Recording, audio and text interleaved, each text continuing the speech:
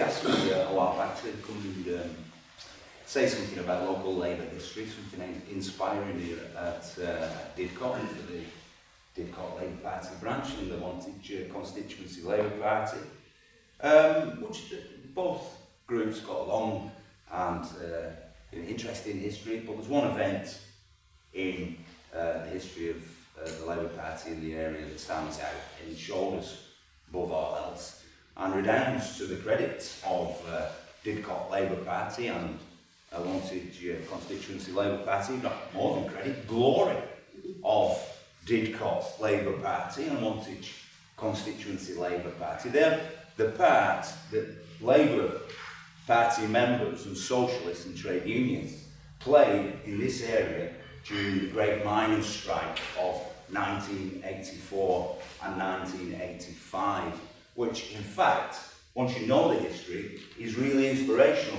I was just saying that the branch should have a copy of this book, which was originally put together by the Oxford Miner Support Group, which of course a lot of local Labour Party members were part of, which then spawned the Oxford Women's Support Group as well, a key national organisation that became also.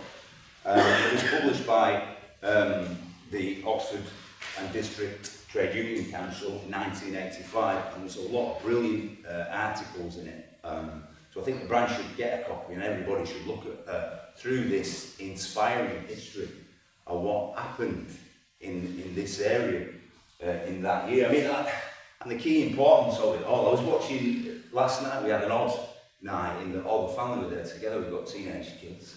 So we all sat in and watched Star Wars, the latest episode of the Star Wars saga. And in a way, it just made me think about this, an apocalyptic struggle between light and darkness. And that's how it seemed at the time to us, of universal significance.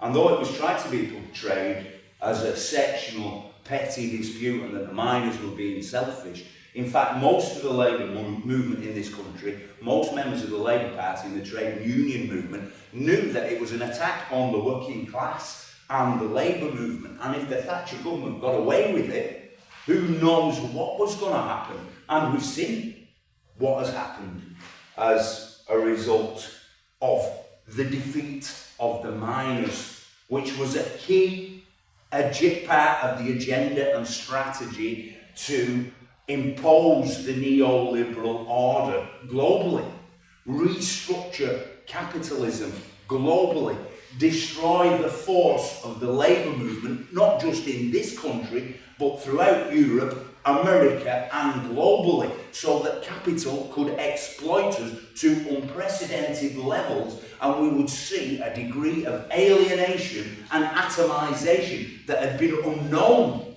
in previous societies, down to the defeat of the miners.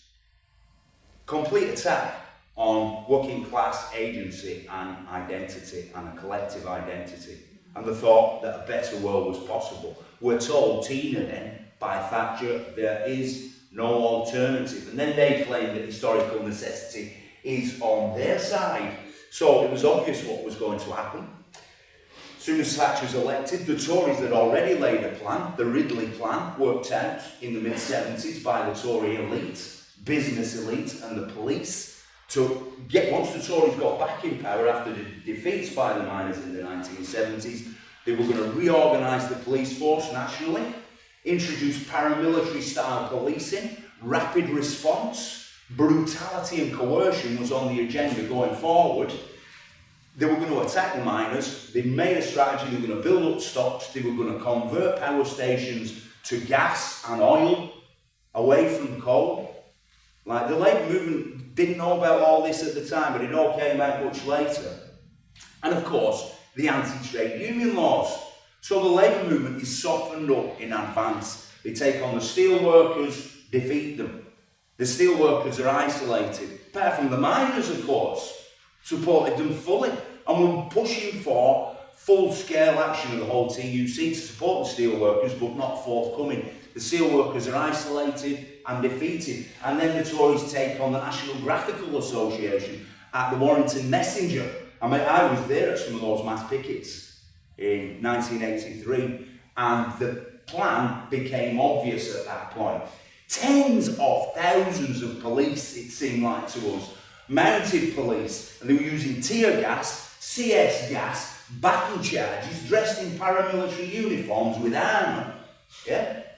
This is what we were subjected to.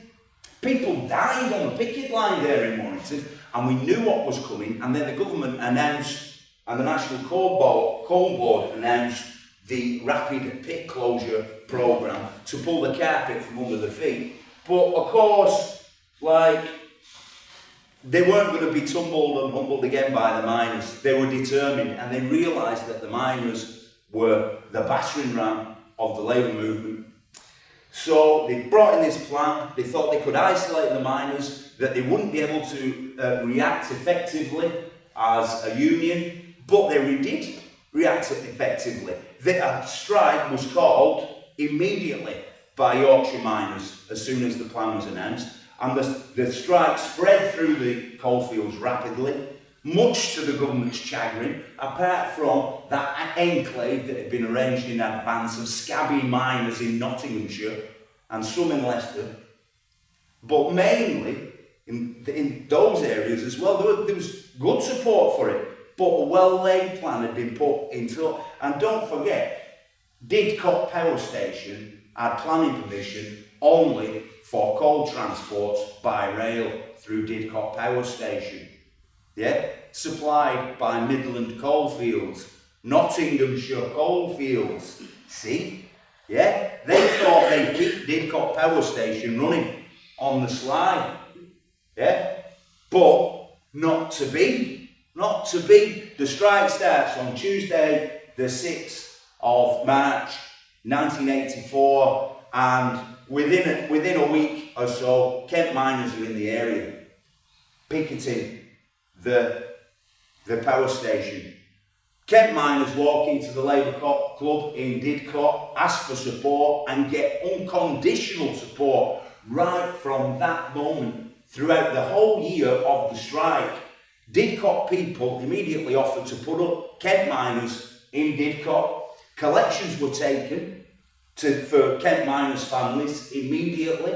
Didcot people and people from Wantage Constituency Party started to turn out twice a day to provide refreshments for the pickets up there at the two pickets. By the twice a day, 1 o'clock in the morning, people were turning out